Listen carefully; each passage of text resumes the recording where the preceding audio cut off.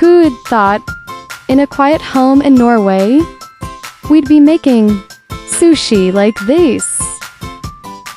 Today is something special. My friend, a professional chef, was invited by a Norwegian couple, not just to cook, but to teach.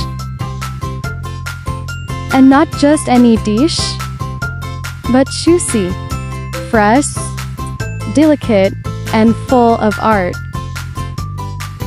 From slicing this beautiful salmon to rolling every grain of rice with care, you can really see the excitement in every step.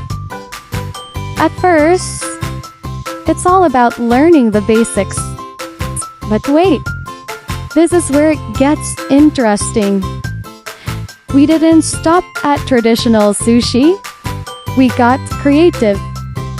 Mango on top, strawberries, sweet, savory, and everything in between. And honestly, it turned out better than expected.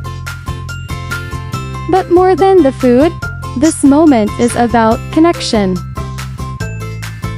Different cultures, different backgrounds, coming together through one shared experience. Because sometimes, the best memories aren't made in famous places, but around a table, with good people and really good food. This is sushi in Norway.